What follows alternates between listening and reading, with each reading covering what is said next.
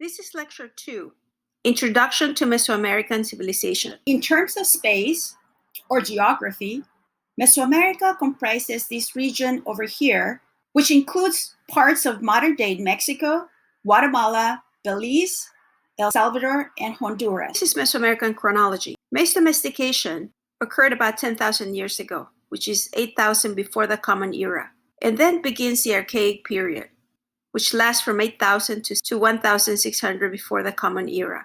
And then we enter a formative from 1600 before the Common Era to 200 Common Era. And then comes the Classic from 200 to 700, Epiclassic from 700 to 900, and then the Post-Classic from 900 to 1521, which is when the Europeans arrive. Then comes the Colonial period, which lasts from 1521 to 1821, and that will be our next class. From 1821 to the present would be the modern period. Because this chronology can get a little bit complicated, I decided to color code this. So pink denotes before the Common Era. Yellow is this time period when it has both before the Common Era and Common Era dates. And then the green would be the Common Era. And this is what it means. From the year 0, and by the way, in Europe, the concept of 0 was unknown. So I should have put a 1 here, but in Mesoamerica, 0 was known. We'll take this up on the unit of science when we discuss mathematics. And here, in this timeline, 0 refers to the birth of Christ. So everything here is Common Era, and everything before that is before the Common Era. And I also noticed some major developments. For example, maize domestication. And when I talk about indigenous contributions to science, I'll cover plant domestication at that time. And then over here, I wrote in parentheses some of the major civilizations that emerged at each time period. For example, in the formative, we see the Olmec. In the classic, we have Maya sites, the Zapotec and Teotihuacan. In the Epiclassic, Cacaxtla. And then in the Post-Classic, the Mixtec, Chichen Itza, which is Maya, and the Aztec. Now, I just want to emphasize that from the time indigenous peoples arrived here, some 20,000 years ago, clearly they were creating artifacts and had a specific culture. But scholars recognize, based on archaeology and the material culture that has been recovered, scholars recognize the Olmec as being the mother civilization, so to speak. Just one of the earliest civilizations. Nevertheless, we have beautiful artworks from before here, but we don't have the reconstruction of a whole civilization. So now we have a basic idea of what is Mesoamerica, which we said comprises part of modern-day Mexico and Central America. But then we should ask, why do so many civilizations fall under the umbrella term Mesoamerica? Because, as you can see from this chart and this map, we have a number of civilizations, including, for example, the Maya in the gray area in the map here and in the chart also, which includes various civilizations throughout time that developed in this region, including La Victoria, Izapa, Caminaljuyu, and in the classic we see Tikal, Copan, Uxmal, and in the post-classic, Chichen Itza and Mayapan. Similarly, in the Gulf Coast region, in blue here, includes parts of Veracruz, as you can see, and in blue in the chart as well, we have the mighty Olmec, which is another umbrella term for various sites, including San Lorenzo, La Venta, Tres Zapotes. And later in time, we have El Tajín, and in the post-classic, the Huastec and Totonac. And then central Mexico, the light gray area in the map and in the chart. And then we see in this geographic region, these various civilizations, including Tlatilco, Cuicuilco, Teotihuacan, the Toltec, and the Aztec. And then in this region in pink, in the Oaxaca region, pink in this map and in this chart, we'll spend a little bit of time here because we see very early developments, including maize domestication and the development of writing. We have stone slabs with writing, much of which has not been deciphered yet, but we have development of writing and the civilizations in Oaxaca, which include San Jose Mogote, Monte Alban, Mitla, of course, the Mixtec. So why do so many civilizations fall under the umbrella term Mesoamerica? That is because even though you see great variation in the way that they created art and even in the way that they organized themselves as a society and in urban planning. They shared various cultural norms, including in artistic conventions. And I'll talk in this lecture a little bit about their iconography and the media that they like to use, including stone sculpture, and in terms of precious stones and metals, that they worked with jade and gold and silver. And they also ascribed to a similar religion, which included the sacred bowl game. And I just want to show you this spectacular ceramic figurine with blue pigment from the late classic Maya showing a bowl player. And as I said, this is a sacred game. And here's an image of a rubber ball from Kaminalhuyu, a Maya site. Rubber, the processing of rubber, was widely practiced among the Olmec. And we'll take up the issue of rubber in a couple of weeks. They also used the same calendar, and they had the same understanding of astronomy, of how celestial bodies move and how to track their movements. They had a similar manner of dress. For men, that included loincloth and a cape, and for females, included skirts and a kechkemitel. I think you can see a little bit over here in this Aztec sculpture. It was a triangular top, similar to a poncho. They also had a diet based on maize, beans, chile, and as we'll see in the unit on science, they domesticated numerous plants that we eat throughout the world now, including tomato and chocolate, vanilla. All of that was unknown before 1521 when the Europeans arrived in Mesoamerica. So let's look at a few examples of Olmec art. As you now know then, the Olmec heartland is over here, and many sites developed around this region, including La Venta, Tres Zapotes, San Lorenzo, El Manatí, Las Limas, Cascajal, and La Cobata, to name just a few. And the term Olmec, we sometimes use it to describe a people. I will use Olmec here to define a particular style or iconography. Most Mesoamericans, and the Olmec, of course, as well, worked in a variety of materials, including, for example, clay, stone, and precious stones and metals, including jade, for example. For Mesoamericans, jade was very sacred and highly prized above all materials that they used. They associated jade with maize and with life itself. And look at this axe. It exemplifies the style and iconography that we associate with Olmec. We see the human form, and the body is stylized, meaning it's not rendered in its natural proportion or realistic as in this sculpture. It's very geometric, and much more attention has been paid to the face or the head, which in proportion is much larger than the rest of the body. And I'd like to point out the attention that the artist gave to the head of this axe, because this one has a lot of contours to show the fleshy part of the cheeks and the chin and the forehead. And this figure is clutching onto something, but we don't know what this being is holding. And then among the motifs that we see that are very identifiable with the Olmec styles would be this face in a state of transformation from human to jaguar. For example, we see that in the almond-shaped eyes and the snarling mouth. It has a flaring upper lip. And this mouth that is not human-like, but scholars have pointed out that it's more jaguar-like.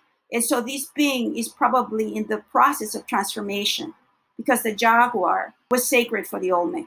Also, pay attention to the skill of these artists. And jade is one of the hardest materials to work. And we don't have a lot of evidence for Mesoamericans using metal tools. Nevertheless, look at the drilling and the carvings here. And notice also the orifices, so the drilling here around the mouth, in the mouth, but also here. It's a very sharp crease. And scholars think that perhaps it could have been dressed. Or I think it wore a necklace of some type. And in this celt, you see a head in profile with motifs that are very much associated with this Olmec style, including the snarling mouth with the flaring upper lip right here. And look at the headdress. It shows this cleft top from which emerges a maize plant, again, rendered in a very stylized manner. And this cleft over here is also a very Olmec convention. And usually you see a plant of maize, usually sprouting from that head. And similar to this axe, In this cell, the attention is paid to the head in profile with the plant here, and to the hand clutching onto something. And also, as you can see in the headdress, there's a motif shaped like an X. Archaeologists have excavated numerous cells. We believe they had a very important role in ritual. The Olmec artists worked in very stylized and conventional forms, but also showed an interest in realistic form, meaning they resemble the things we see in nature. For example, in this bird, in which you can clearly see the form, for example, the beak, the eyes, and the wings. And you can see that also in this human figure of a wrestler or a ball player. It's a sculpture in stone. It's not stylized like this body, for example, which is flat. This one has attention to the contours of the human body. And look at the position of the body, so creative. It's a human in motion. And last, before we move on to Teotihuacan, Monument 1, titled El Señor de las Limas, and look at the height, it's 23 centimeters, and it's made of greenstone or jade, a sculpture of two beings sculpted in the round, carved from the same stone. And over here, you can see that this is a human, a young male, sitting with his legs crossed in the front and holding a baby. And the baby, it's a human jaguar baby. Scholars think that maybe this is a depiction of a child sacrifice. But perhaps more likely, the baby is only sleeping because you see that the body is limp, not stiff. See the little legs. And the baby has the incisions of the X-cross motif that I showed you in the previous slide. It's showing it on the baby's torso. Also notice front view of the baby. This baby is featured with a headdress, almond-shaped eyes, and with those Olmec iconographic forms I was talking about, especially the gnarled mouth, the flaring upper lip, showing the transformation from human to jaguar. And also, the male has 4 incisions here that I like to emphasize. In his right shoulder, he's got the banded eye, so-called because of these parallel lines, and the dots, which evoke flowing, perhaps some sort of liquid, especially blood. And on his left shoulder is incised a so-called bird monster with flame eyebrows. So these flame eyebrows appears in a lot of Olmec art. And on his right knee is incised the Olmec dragon with the X design. Again, that X that we see in the baby's torso, and we see it in various places. And on his left knee is incised what scholars have called the fish or shark monster. And again, you see in these 4 incisions the cleft at the top, which is an unmistakable Olmec style motif. Very much linked to the Olmec are these colossal heads. The Olmec colossal heads are stone sculptures sculpted in the round with very distinct facial features, so that essentially are portraits. And each of them features an adult individual, each one having a very distinct physiognomy. And that's why I'm saying that they are virtually portraits. There's no body, only the head. And each individual wears a helmet or a headdress, and often earrings. And each headdress is slightly different, as is obviously the facial features of the person being depicted. And I'm showing you a few examples here. Colossal Head 1 from San Lorenzo, for example. We only have a few regions where these colossal heads have been found in the Olmec heartland. Those sites include San Lorenzo, Tres Zapotes, Cobata, and La Venta. 17 have been discovered. Their height ranges from 4.8 to 11.2 feet. And look at this image with a human here to show how tall they are. And also, it required a lot of human power because the weight ranges from 6 tons of the very small ones to about 50 tons. And I'd like to remind you that 1 ton is equal to 2,000 pounds. So scholars wonder how the people living in the Olmec heartland were able to transport these huge boulders. And they transported these stones from places that were 90 miles away. And here I brought a few examples in photograph. For example, this one is Colossal Head 1 from San Lorenzo. And here are 2 more examples close up. Colossal Head 8 from San Lorenzo. I've been to both of these places, by the way, and I was struck by the fact that in this Colossal Head 1 in La Venta is at the archaeological site in Tabasco, and this one is outdoors. And I really wanted to bring it inside to protect it. But this one is at the, I forgot the E, Museo de Antropología in Jalapa in Veracruz. Another civilization that is very important in Mesoamerica would be Teotihuacan in the classic. And Teotihuacan, as you can see, is about 30 miles northeast of Mexico City. And Mexico City, of course, is the capital city of the Aztecs, which is a civilization that comes later. So let's go see Teotihuacan. Here's a great example of urban planning that we see early on in Mesoamerica. So here we are looking down Avenue of the Dead in Teotihuacan. And down here is a ciudadela and a gorgeous pyramid called the Feather Serpent Pyramid. And over here are some apartment compounds. Where we are right now, the Pyramid of the Moon, is a huge pyramid, not quite as large as this one, which is Pyramid of the Sun. So Teotihuacan was huge, as you can see, had a vibrant population that was very cosmopolitan. It attracted people from the Maya region, the Zapotec, and obviously we're in central Mexico. It was multicultural. And here's a map. This is where we were, the Moon Pyramid. And here's the Sun Pyramid, that huge pyramid, the largest one in the site. And this is the Avenue of the Dead. This is the Ciudadela and the Feather Serpent Pyramid. And we'll have a look at some apartment compounds.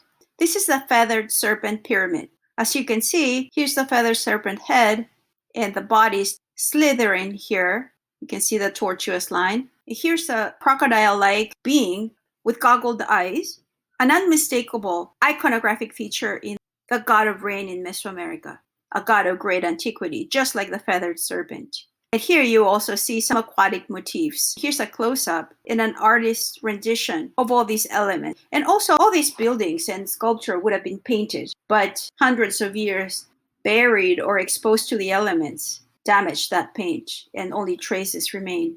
One thing I want to stress is this manner of construction that is very emblematic of Teotihuacan, and that is the talud tablero construction. And the talud refers to the slope and the tablero to the rise. And at the very top of the pyramid, you would have a building with a rooftop. And here are several different styles of this talud tablero. Here are some of the different styles used at different sites. For example, Monte Alban, Tula, El Tajín. I'll take you there in a minute. Here's a close-up of these features. Look at the details on the nose and the eyes and the skin, and also the aquatic motifs and the tails, the rattle, and the tortuous body of the snake. This is the interior of the apartment compounds at Tetitla. This is where people lived. And look how beautiful they decorated the walls. This is wall painting. Scholars call this Room of the Owls because it features owls. Here's one with outstretched arms and frontal view, which is rare in Mesoamerica. Usually depictions are in profile like this one, and blood coming out of its beak. So this painting resembles wallpaper almost, so it's gorgeous living spaces. Here's another example of the mural painting that we see at Teotihuacan, and this was from the Tepantitla apartment compounds. And you see the great goddess here in the center, and this is her face, and this is a headdress. Again, it is much more common to see figures in profile rather than depicted in frontal view.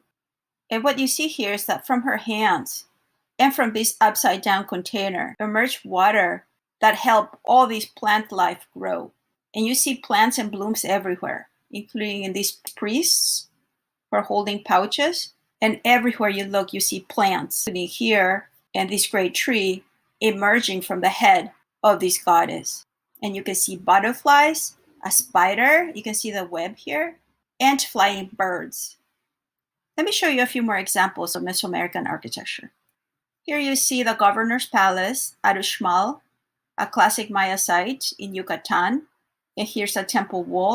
Look at the gorgeous geometric designs adorning these structures. And this one is from Chichen Itza, a post-classic Maya site. We see one of the techniques is this corbelled arch. They don't have the arch or the domes that we see in Spain or in Europe, and especially the Middle East very early on.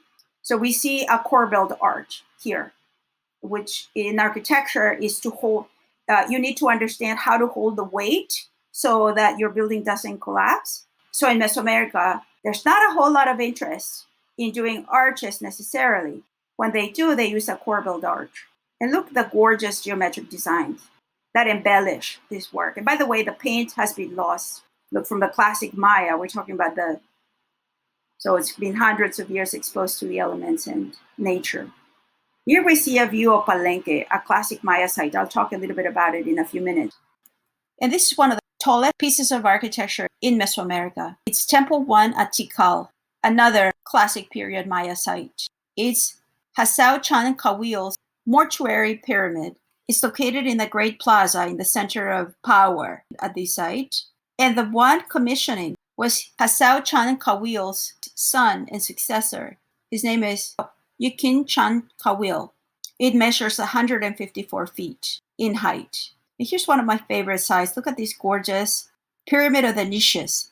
Because of the niches here, there's 365, which approximate the solar year. And this is at the site of El Tajín in Veracruz, so north from the Olmec heartland. And it's from the late classic period. A lot of artworks have been recovered from this site, and it features beautiful bowl quartz with stucco carvings. And here's another example of a building, this one from Mitla in the Epiclassic. And these are heirs to the Zapotec civilization. We'll learn a little bit more about the Zapotec in this lecture. And here we are in Xochicalco in central Mexico at the Temple of the Feathered Serpent. And once again, I wanted to show you this building to show you how pervasive this feather serpent motif is in Mesoamerica. Here's an example from the Templo Mayor at Tenochtitlan, which is the capital city of the Aztecs. Now we're in the post-classic. The Aztec nation lasted from approximately 1325 until 1521, when Europeans arrived. And the Templo Mayor is the holiest and most important political site in all of the Aztec Empire. Starting from 1325, when the first Tlatoani, literally speaker, the leader of the Aztecs, that leader was able to build a small structure. And then every subsequent leader refurbish, embellish, or aggrandize the Templo Mayor. And Templo Mayor is a Spanish word which means great temple. So this temple was built in several stages, as you can see in this model. And over here is the Templo Mayor. And these two shrines are one to Tlaloc, the god of rain, and one to Huitzilopochtli, the tutelary god of the Aztecs. And you can see there's a ball court here, a school, the Calmeca complex. Another thing I should mention is that Tenochtitlan was built in a lake in Lake Texcoco, and this so-called map of Cortez from 1524 features Tenochtitlan, and it shows these causeways. So it's pretty impressive, the building capacity that the Aztecs had, because they even built dikes to bring fresh water into the city. And when Spaniards first laid eyes upon Tenochtitlan, they thought they were dreaming. It was such a beautiful sight. This is the Plaza de la Constitución or Zócalo in Mexico City. And this is the cathedral. And here's a close-up of the Metropolitan Cathedral of the Assumption. And it was begun in 1573 in the colonial period. It was finished in 1813. Look how huge it is. The Templo Mayor is back here. Since 1978, it became an open archaeological site and now features a museum. And look at this quote from the Spanish soldier, Bernal Díaz del Castillo. He was one of the soldiers in Hernán Cortés's army. These are the Spanish conquistadors who come to Mesoamerica in 1519. Bernal Díaz del Castillo wrote a voluminous account, not only of the conquest, but of the things that he saw in Mesoamerica. It's one of my favorite books. I'll talk a little bit about the conquest when we discuss images of indigenous peoples in the colonial period. He says, "The next day in the morning, we arrived at a broad causeway and continued our march towards Iztapalapa, that's a city. And when we saw many cities and villages built in the water and other great towns on dry land, and that straight and level causeway going towards Mexico, we were amazed and said that it was like the enchantments they tell of in the legend of Amadis, on account of the great towers and temples and buildings rising from the water, and all built on masonry. And some of our soldiers even asked whether the things that we saw were not a dream." And now I want to briefly introduce to you the Zapotec. The Zapotec are contemporaneous, meaning they lived at the same time, they emerged at the same time and thrived at the same time as Teotihuacan. So there was a rivalry here between these two mighty kingdoms. And Monte Alban was established in this region of Mesoamerica in what is today Oaxaca. But Monte Alban is a capital city of the Zapotec Empire. It was founded around 500 before the Common Era, and it rose to prominence starting in 100. before the Common Era. It succeeded another site in the region called San Jose Mogote, which was one of the most important settlements in the Valley of Oaxaca, about 1,500 years before the Common Era. And the Zapotec produced pottery and architecture with terraces and defenses. They also had irrigation. And we have here one of the earliest evidences of hieroglyphic writing, which scholars have dated to around 600 before the Common Era. This area is renowned for their tombs because the elite devoted a lot of time and resources to create these tombs. Some of the main gods include the god of rain, Cosijo, the bat god, and the feathered serpent. And one important thing to keep in mind is that the Zapotec built Monte Alban by leveling off a hill. And this site is really far away from water. Water is 2.5 miles away. So they also built a system to bring water into the site. And this is the plan of Monte Alban. And as you can see, there's a lot of spaces for public or official gatherings. We see a ball court, palaces, this building J, which scholars argue because its position was used for astronomical observations. And we see a lot of spaces for tombs. Look at this building of the danzantes. It's this one, and it's so called because it's lined with stone sculpture. 300 of these have been recovered.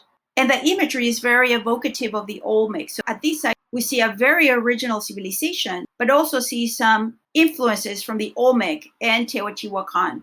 And this building is the oldest structure at Monte Alban. And why scholars dubbed these danzantes is because they look as though they are dancing. And they have glyphs. So we see a system of writing early on, but many of portrayed are warriors who have been defeated. Scholars have pointed out that these are enemies whose corpses have been sexually mutilated.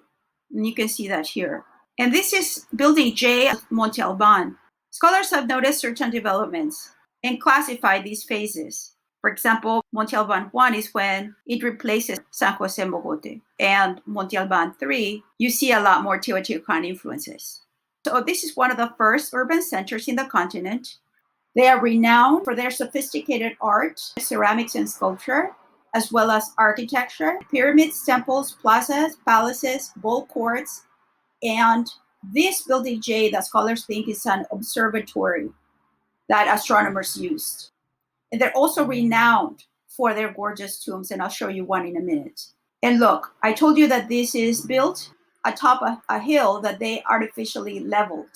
And also the elevation of Monte Alban is 6,400 feet from the sea level and 1,300 feet from the valley. So the city had a gorgeous view of the entire valley. The site has huge plazas paved with stone to accommodate a population of 20 to 25,000 people who lived in hundreds of settlements. As I said, it had an I-shaped ball court and a temple patio altar complex, a Teotihuacan influence adopted throughout the Oaxacan Valley.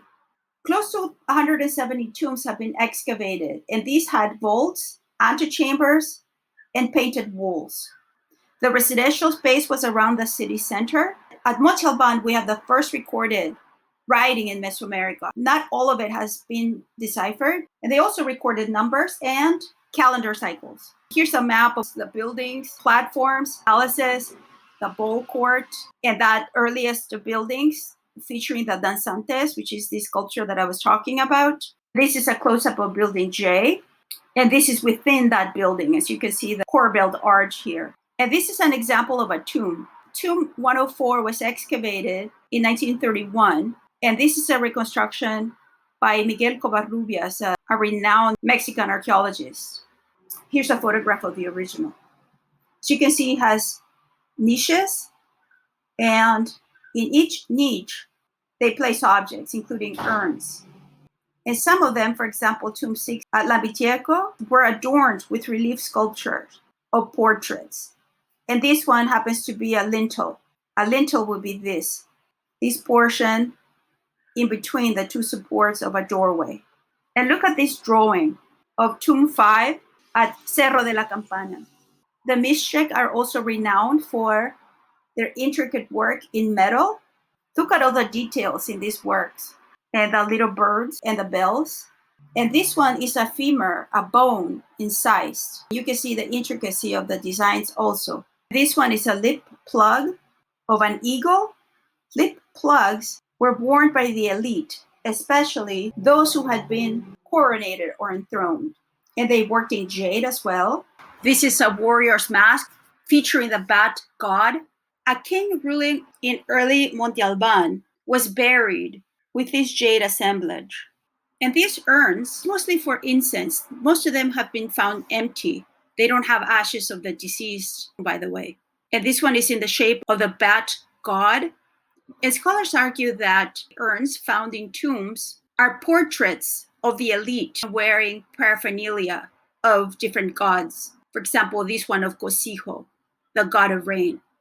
Let me say a word about Mesoamerican religion. Cosijo, the Zapotec rain god, like I said, is of great antiquity in Mesoamerica.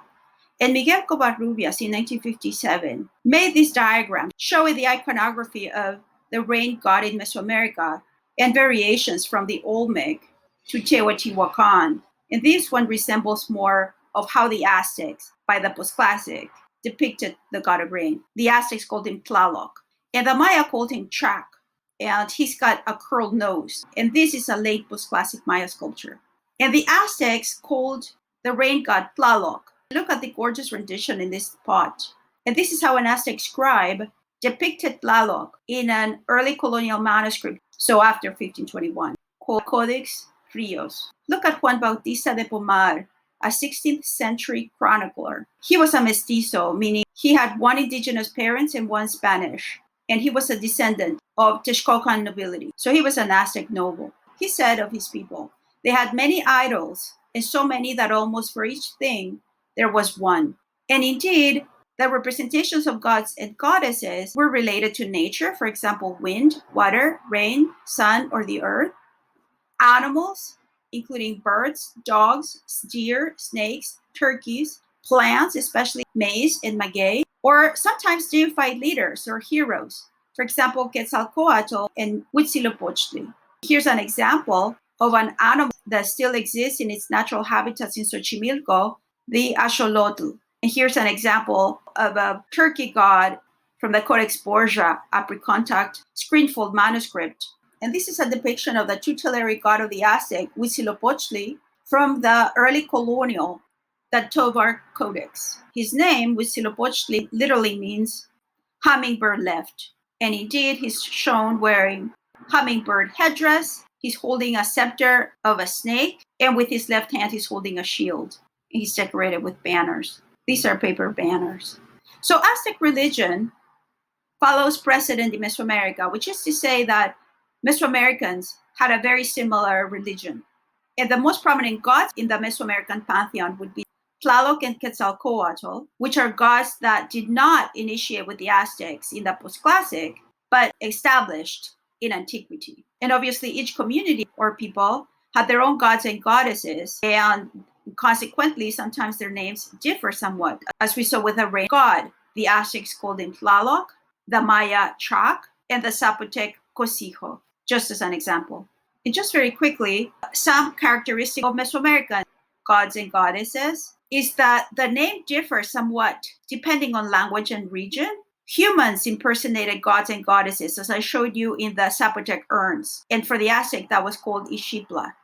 And the costume and accoutrement were so significant because a single item could often represent a god or a goddess. Just one emblem or icon would immediately recall the god or goddess.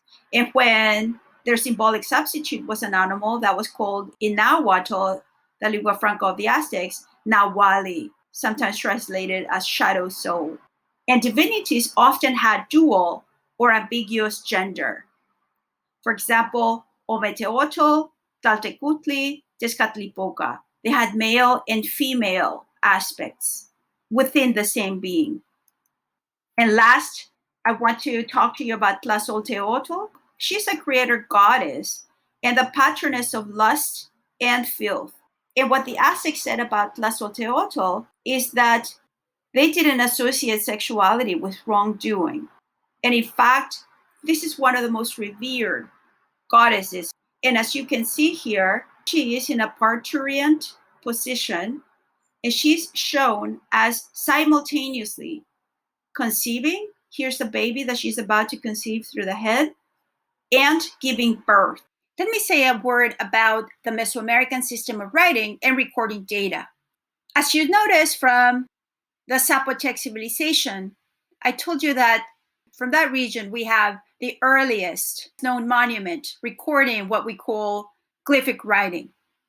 And as you can see, Monument 3 from San Jose Mogote from the formative period has this glyph that is one movement, and also glyphs for blood and heart. But other monuments include La Mojarra Stela 1 from 156 Common Era, discovered in the 80s near Tres Zapotes, the Olmec site. And this one has 535 glyphs in Isthmian script. And a similar one found about a decade later is the Cascajal block, dating from the first millennium. And scholars think that it's from San Lorenzo, an Olmec site. And this one has 62 glyphs. And here are some glyphs from Zapotec writing from Monte Alban. So these are a few examples of the earliest evidence of writing that we have for Mesoamerica. Most scribes in Mesoamerican civilizations recorded information with images and calendar glyphs, but the Maya dedicated themselves to develop the system of writing.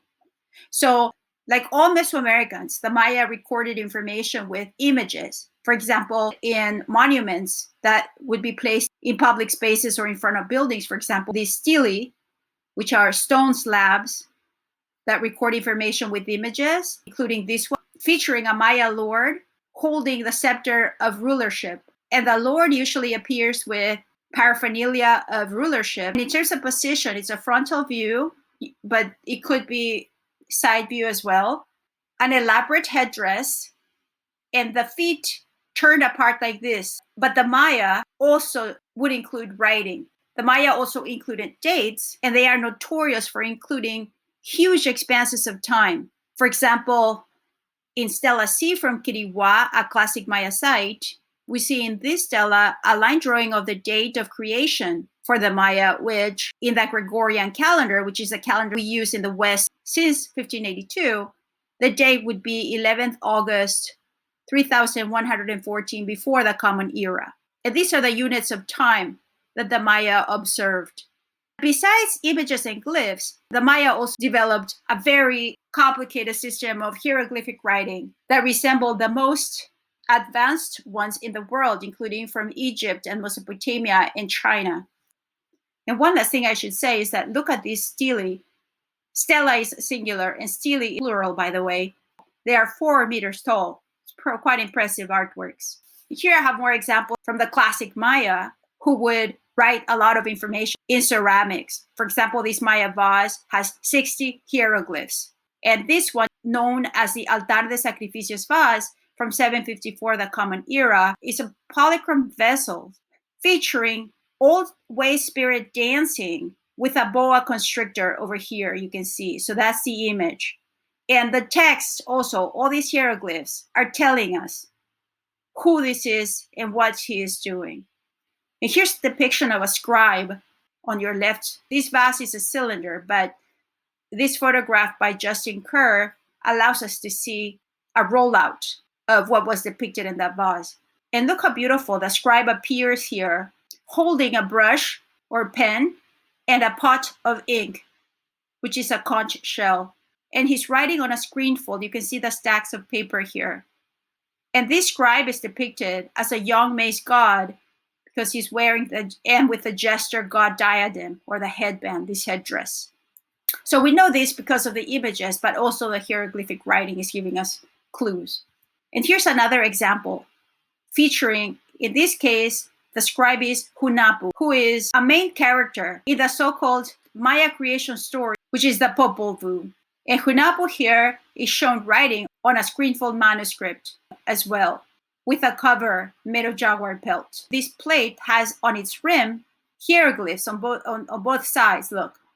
And they are discussing Hunahpu's father, described in these glyphs as a young maize god. The Maya also wrote with hieroglyphic writing and images in mural painting. And this one is from the Temple of the Murals at Bonampak, a classic Maya site located in what is today Chiapas. And here we see the ruler with his court, his soldiers, and captives. And the images and the glyphs are telling us all of that, including that the captives are telling the monarch that the soldiers have cut their fingers. And you can see the blood dripping here.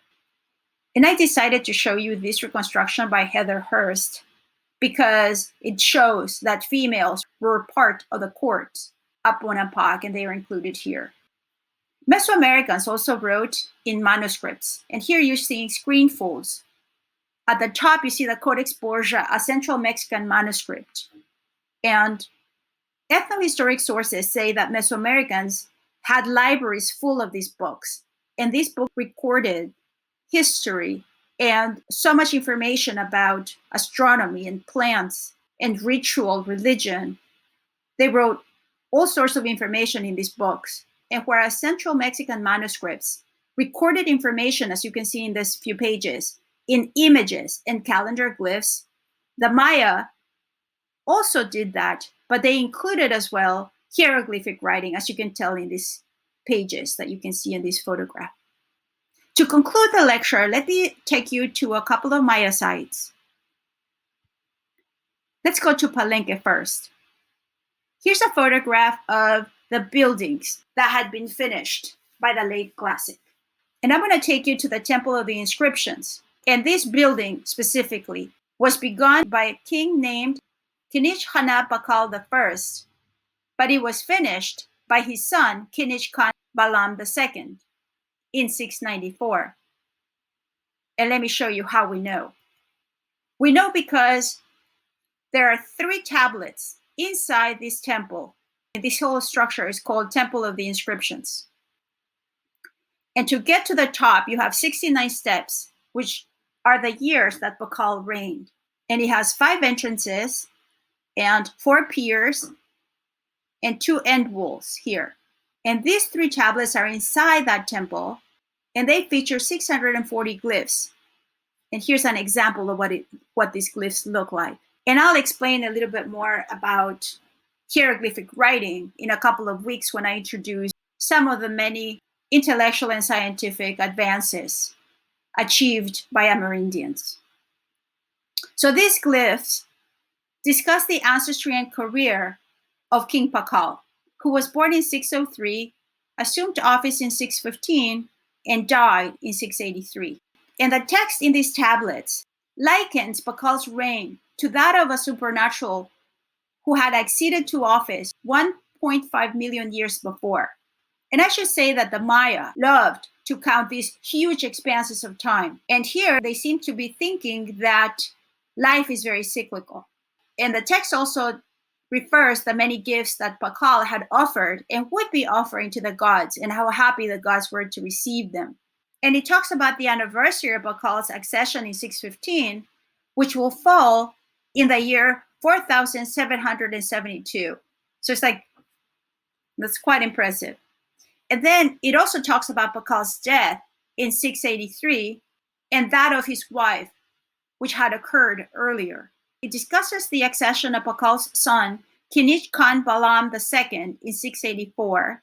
And the tablets also say that it was Kinich Khan Balam II who cared for his father's tomb and finished the decoration of the Temple of the Inscriptions.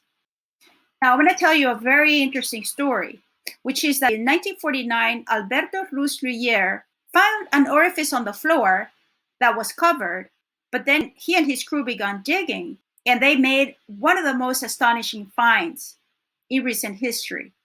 They found a corbel-vaulted stone stairway with a total of 69 steps, which is how many years Pakal was in power. And these stairs descended 80 feet downwards, and it changed directions. Let me show you right here.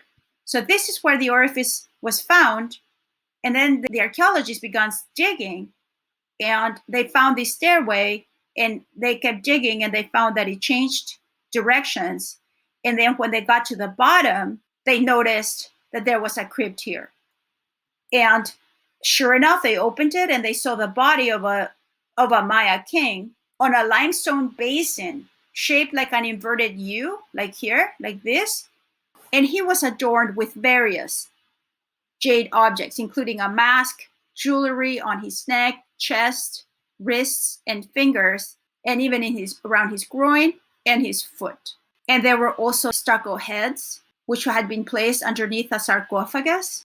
And why maize god? Because the Maya elite shaped the heads of the elite to resemble the maize cob. And as you can see also, the headdress resemble the silks of maize silks. And here's what archaeologists found. This is what they saw after the excavation. It was Pakal's sarcophagus, which is a stone coffin, and it had this stunning lid, also in limestone. And the lid depicts Pakal after death. And scholars think that he might be ascending out of the underworld, which for the Maya was called Xibalba.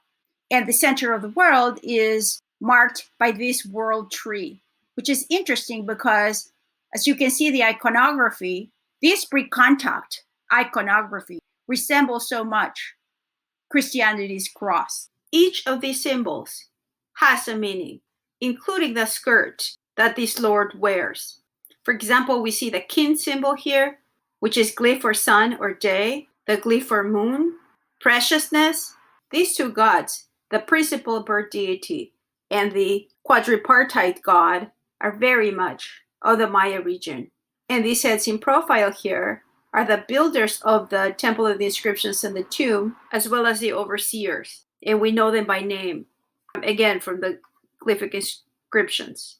So I hope this whets your appetite for wanting to continue researching the meaning behind what indigenous peoples have created and continue creating. This introductory lecture on Mesoamerica sought to show you the creativity and versatility of the Mesoamerican artists, from the Olmec to the Aztecs. And they worked in various media, including jade, as this exquisite Tikal jade sculpture shows, or vessels, including this one from Copan. And I wanted to show you this piece because not a lot of artworks in wood or textiles remain because the region is so humid that these items become perishable.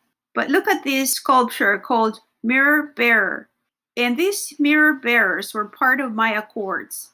They would have a mirror here, and a lot of times they were not males, but would be little people or females who would hold a mirror so that the ruler could see himself or herself. And the mirror has a lot of symbolic meaning in Mesoamerica. Even though very few works in wood survive, the ones that do are quite exquisite, including this lintel from Temple 4 at Tikal, showing Ikinchan Kawil sitting on a litter with a celestial serpent over his head. And this lintel was commissioned to commemorate the king's defeat of the Maya city-state of El Peru in 743. El Peru is a classic Maya site. So in summary, this lecture explained where geographically is Mesoamerica, explained the chronology, and also why we can speak about Mesoamerica as a cohesive civilization. I took you to several sites and highlighted a few key aspects of Mesoamerican religion and system of writing or recording. Okie dokie. Thank you for watching, and I hope you enjoy the lecture.